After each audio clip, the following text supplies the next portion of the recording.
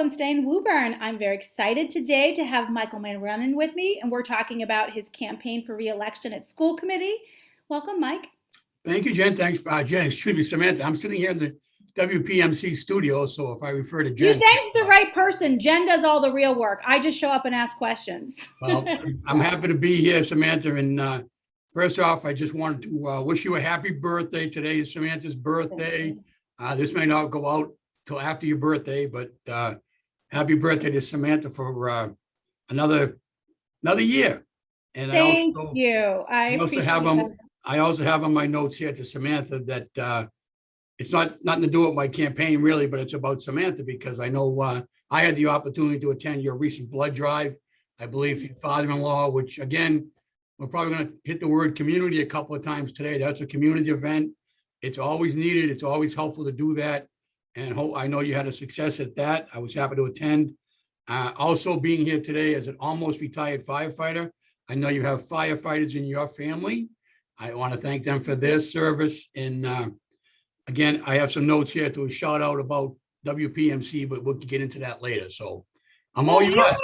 You are so wonderful. Thank you. The blood drive in this community was amazing. My father-in-law was a lifelong blood donor, and we were trying to figure out how to honor him. Because with the pandemic, all the normal things weren't possible. So we decided to hold the blood drive, and you and so many community members came out. I was super grateful for everyone's participation in that. It's a gift. And if you didn't donate or would like to donate again, the Red Cross is in desperate need. Their blood banks are lower than they have ever been before. And they are really, really desperate. So thank you for bringing that up. I encourage everyone listening, if you're able to make an appointment and find a blood drive near you. I know the high school here is going to be having one soon. I imagine the Key Club has had in the past. And as someone has done it myself, it doesn't hurt and it doesn't take long. So it's a worthwhile cause, obviously for your family and those in need. So absolutely. And there's good snacks after. So, and the perfect excuse to eat them. So yeah, I thank you for bringing that up. Michael, you have served the community in a lot of different ways, clearly in your job as a firefighter, but also on the school committee for quite a long time. I'm really excited to hear from you. I don't know that I realize this. You could easily retire from the school committee, not run again, enjoy some extra time, and not feel the slightest bit guilty because you have served us for so long in so many ways.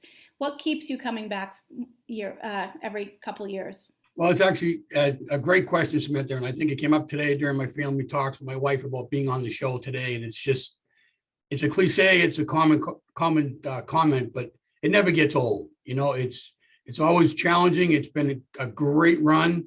I haven't done this. The last time I was up for election was 4 years ago, so it does come every 4 years for me. I was first elected in 1997, believe it or not. And it doesn't get old. There's some changes. The development of the school has been wonderful. And I feel as though I still have more work to do. And I want to continue working with the administration and with this great city. And as far as relaxing and taking it easy after my retirement, I'll do plenty of that, I'm sure. I'm going to have a to-do list at home. And my time will be still widely committed to the schools and to the city.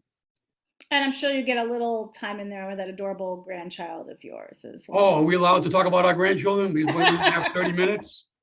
We might not have enough time, but thank you for that. You talked about there's still work to do.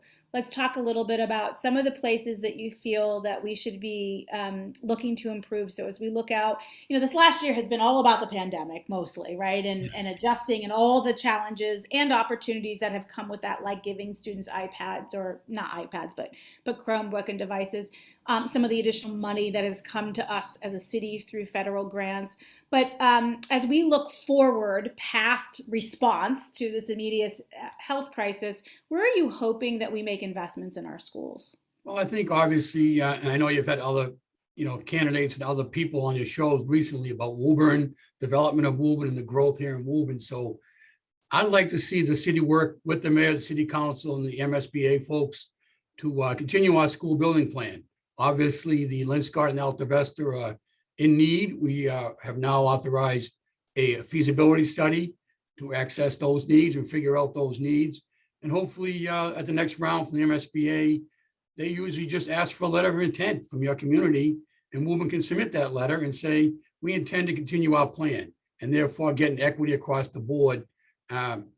Just for instance, those two schools need to get kind of like the Harold Wyman did, get combined and utilize the modern technology that those children and those families deserve across the city. So that's one matter that, as I said, there's still work to be done there. I'm sure people realize that I'm out and about a lot, so I do tend to come by the high school quite often. I would love to see some progress and some steps made. We have a brand new turf field out there again this year, and the track. Maybe perhaps revisit the whole snack bar, locker room, bathroom facility out there at the stadium. I know it's been a kind of a matter or an issue when the building got built, but I think now is the time to maybe reapproach that avenue and redirect our attention that way, so that as you pull up and you see this wonderful campus here, we have those added spaces as well that are much needed today. Two examples right there. Work in progress. You talked about what everybody you have the opportunity to is the growth in Woburn. All the new development, all the new families coming in, the numbers are skyrocketing. How are we going to take care of the needs of those students? And I think I have in my notes here some of your questions coming up later about the needs of our students. So we'll wait for that question to come up. Yeah, no, we can talk about it anytime. So don't feel like you can't introduce it. I am curious. So I want to talk a little bit about the middle schools, because I know that middle schools feels like it may not be fair, but it feels like they get caught. We had a new high school. We've invested in a lot of our middle schools. The buildings of the middle schools are rather dated. That doesn't mean the education is dated, of course, but the buildings are. Where do you see those in terms of investment need? Are we okay for a while there, or do you think that we need to accelerate that?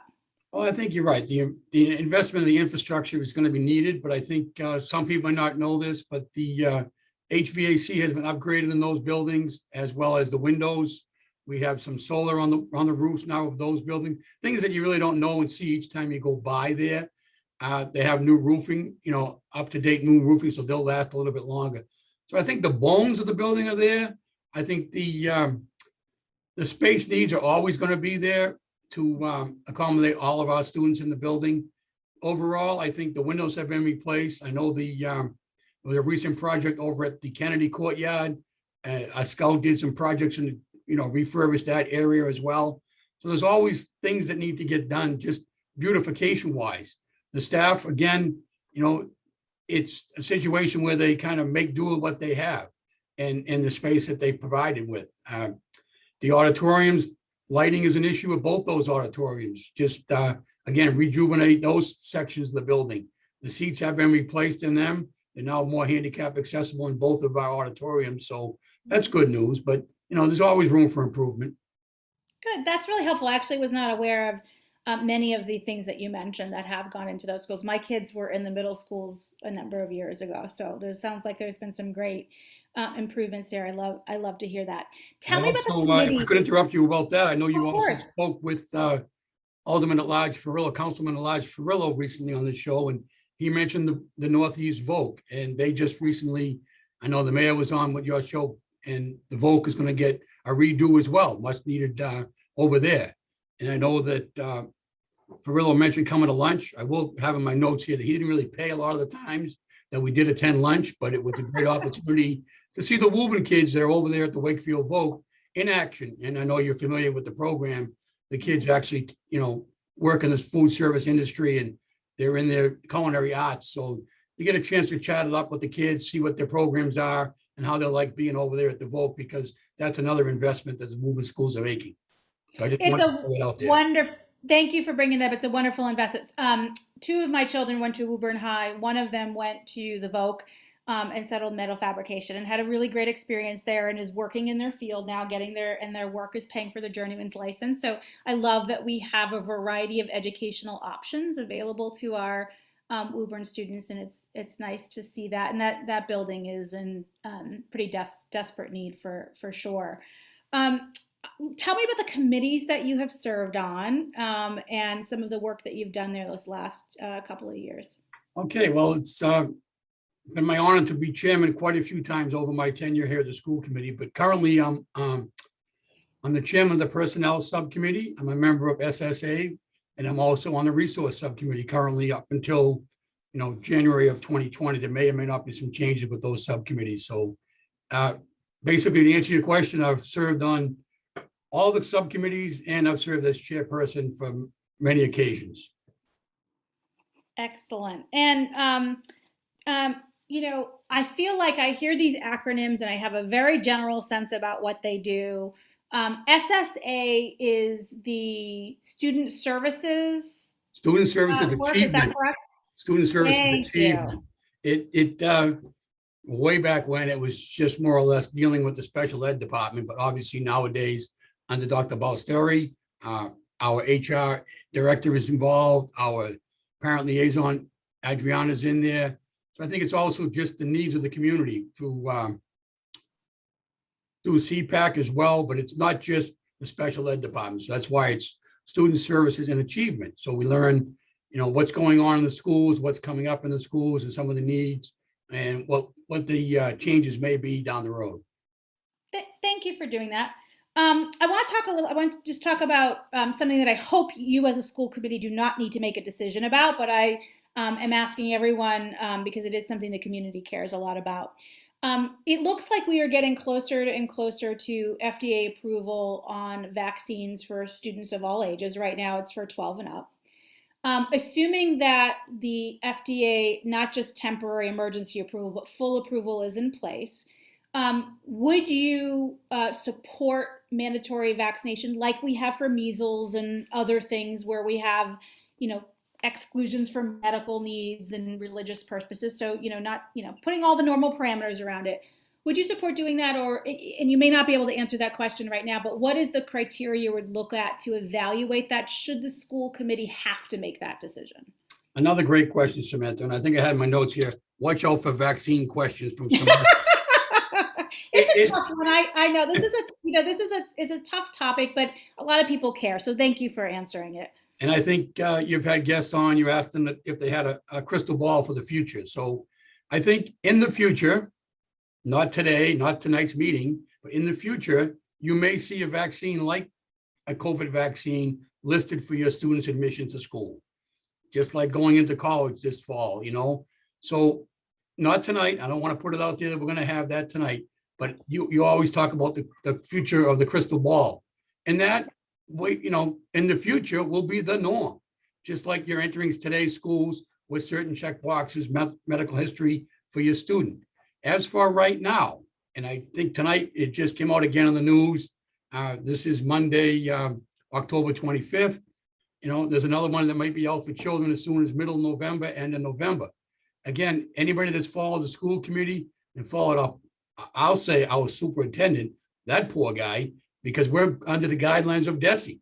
And that's who judges us, and that's who's regulating the guidelines to the superintendent and to many school districts across the state. So we have to go with what DESE's telling us. If you remember way back when we first had this, we only closed for 2 weeks. Superintendent said, "Oh, we're going to shut down for 2 weeks and see how it goes." 2 weeks became 3 weeks. 3 weeks turned into a month, and here we are.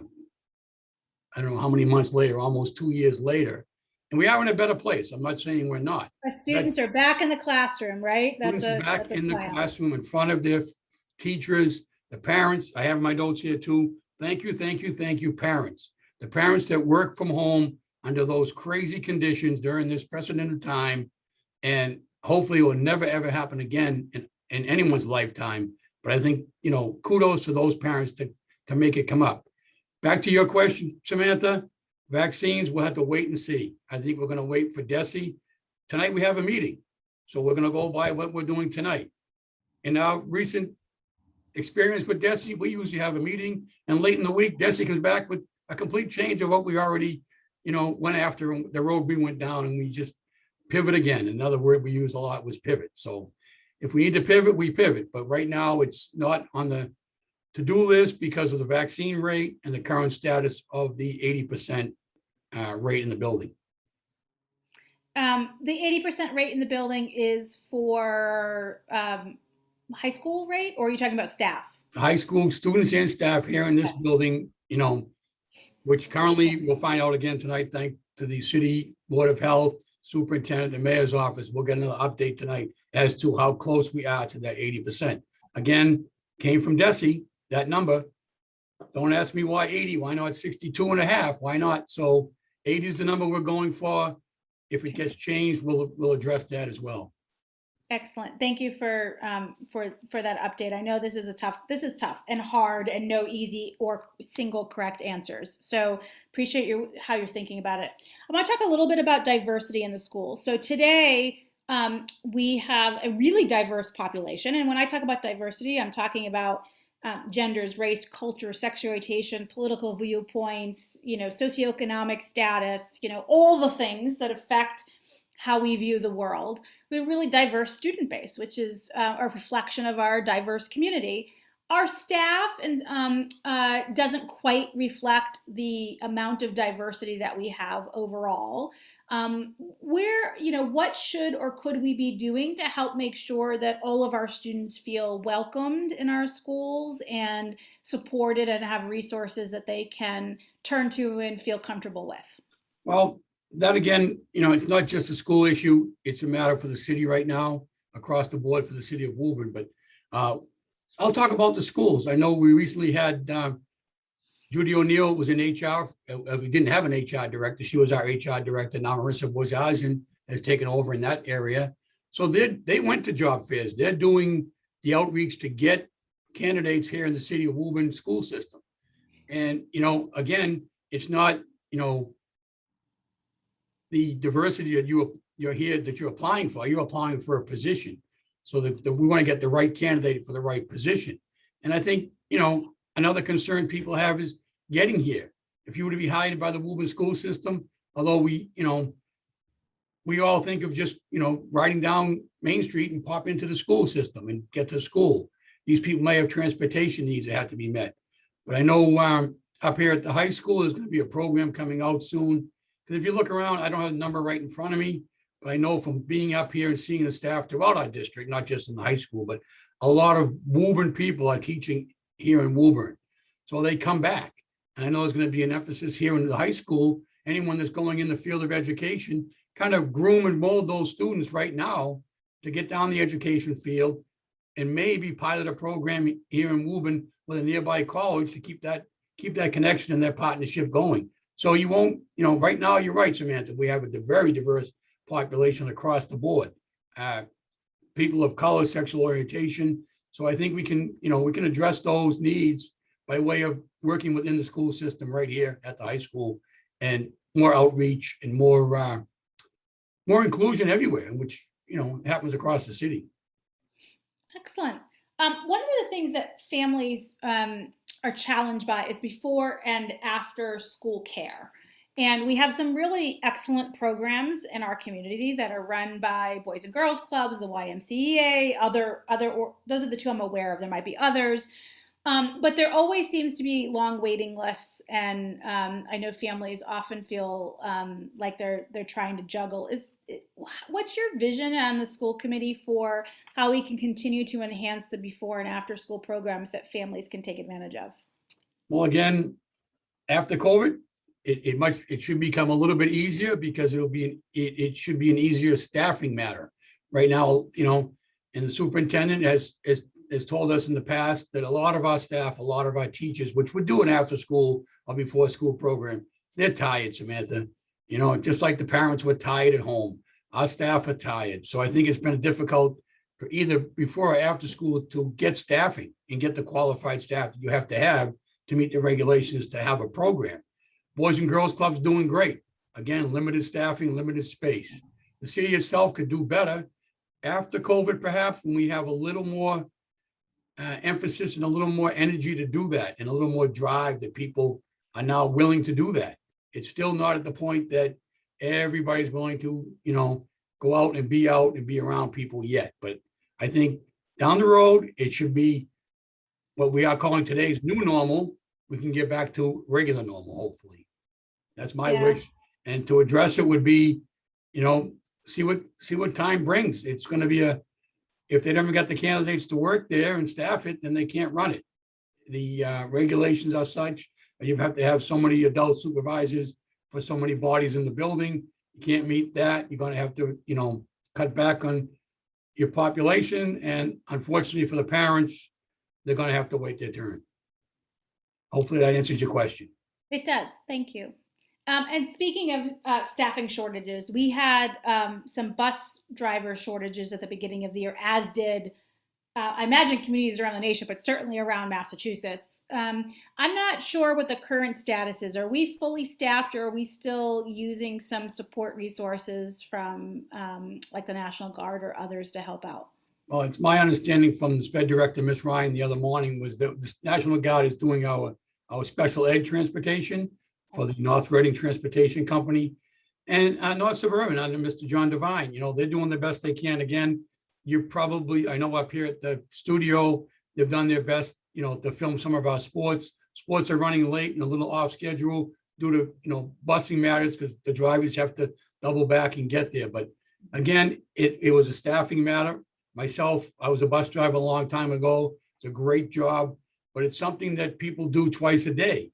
And it was difficult to get that time in. And then during the COVID pandemic issues, now that the kids are back on the bus, obviously some of the staff bus drivers are leery of being on a bus. So, that's just the population that didn't want to be out and about yet. So if the drivers come back, they get trained, they'll have a seat and they'll have a route. But I think you're right. It's not just Woburn, it's everywhere. There was a number given to us that I haven't not written down from special ed alone, but it's just numbers again, staffing. But I think to answer your question, National Guard's out there doing the best they can to cover those gaps. It's good that we have that resource available to us. So I'm glad to hear that. I want to go back in time. I think you said 1997 was the first time you ran for school committee. Did I get that right? That's November 97. Good. I'm going to go back to your dinner table when you told your wife that you weren't busy enough and I want to run for school committee. Tell us about what inspired you to do that. Well, I think actually my campaign manager, Leah, my daughter, Leah, she kind of drove us, my wife and I, we were those parents, Samantha, okay? If you had a festival at your school, you had a fair, you needed a playground built, you needed, cake and goodies for election day, you needed someone to run the PTO. Myself and my wife, Stacy, who I do have on my notes here to give a shout out to my family. My wife, Stacy, my daughter, Leah, to your question, kind of said, what are you going to do? At the time, there were a couple of vacancies on the school board. Again, these folks were leaving after much years of service. Those people approached me and said, you know what? You're active, you're involved, you're in the community. You come through the ranks with the Boys and Girls Club, you're a bus driver, you're a current firefighter, you're a parent. So Leah was in the second grade and she said, yeah, I guess so, Dad. What are you going to be doing? And I think that at the time there was a introduction to candidates, or I don't think they called it a debate back then. And my own response to, how am I going to do this? I said, really, I don't know a whole lot about this, but I'm willing to learn. And that was 1997. And here it is, almost 2021. And I'm still feel as though I'm learning. It's a learning adventure each and every day. And I think my family, again, I put on here, thank them for the sacrifices that they've given to allow me to do what I've been doing all these years. And now that Leah's allowed me to mention Oliver's name on the TV show, my drive was even stronger for that little boy there, my 2-year-old grandson, Oliver. So again, just, as I did then, my drive is strong, not just for Oliver, but for all the families and all the students here in Woburn. Michael, I don't think there's a single event that exists in Woburn schools that you don't attend. I'm probably exaggerating, but I know I've never been to an event where I didn't look around and find that fabulous mustache and know that you were there, with or without Oliver, but I knew you were there. That takes a lot of time and commitment to do from the community. Tell us a little bit about the passion that feeds for you and why you think it's so important to be out there. Well, I think it goes back to the families and the staff in these buildings. These teachers, coaches, parents, they work hard, and they work hard on behalf of their kids. And I think just being there as a school board member or a school committee member shows that I also support them. and I want to see them. I mean, it doesn't matter to me if it's a band competition. You're right. I could go on and on and on. But again, the good and the greatness in this community. I'll mention, just because we're finishing up with Breast Cancer Awareness Month, I had the opportunity, again, an event that was an invite of mine over at the Joyce Middle School. Miss Freilich had the pink out day. So all the students wore pink. And I don't know how she did it, because she had them out in the parking lot, and they formed up the breast cancer awareness ribbon. Our famous photographer from town, Joe Brown, showed up. He shot his drone over the kids, and looking at the drone, there's the breast cancer ribbon. Again, these teachers go above and beyond in so many ways. I could list so many events and so many things, but I think, to answer your question, Samantha, I'm just there to show support and allow me to be the voice of the school committee, and just give these teachers a little pat in the back. See that student that, really hustled, really worked hard, because they do. They work hard, and each and every day, whether it's in academics, in the theater, on the field, whatever they're doing, these kids, maybe they're not getting that at home. Maybe no one's showing them that attention to just be there for them and just support them. And again, getting back to my family, they allow me to do that. And my fire schedule allowed me to do that. And I think it just drives me. I mean, you go to one event, and then they invite you to the next, whether it's, a best buddies Halloween party or something. It's just, even with mask on, these kids are still smiling. They're still joyous. They're still having a great time, as well as the staff and their families. So I think my passion's going to continue if I'm reelected again in November, next week, I guess. November 2nd. Oh, fast. October Like flew by, right? It Exactly. flew by. Thank you, Michael, for that. For anyone who wants to talk about your campaign, or just chat with you if they haven't had an opportunity to see you recently, where is the best way for them to get a hold of you? Well, I guess Jen's ready at the keyboard here, but my cell phone number is 781-718-7240. I am on Facebook. I'm on Twitter at Michael Mulrenan. I also have, Leah has established, well, 4 years ago, she established it. We're going to try to rejuvenate the Michael Mulrenan for Woburn School Committee Facebook page / website.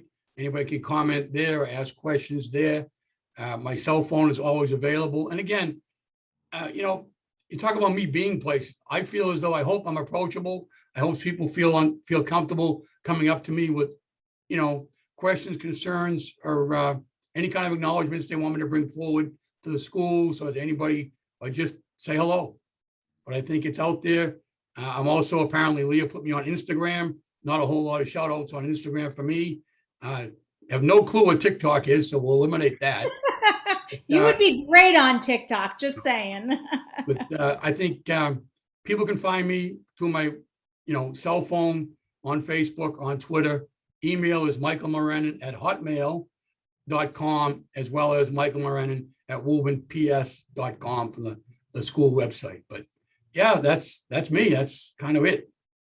All of it. Thank you so much for joining us and answering all of our questions. And as always, Woburn, please continue to take good care of each other. Thank you for having me, Samantha. Thanks for your time. And once again, happy birthday, Samantha. Thank you.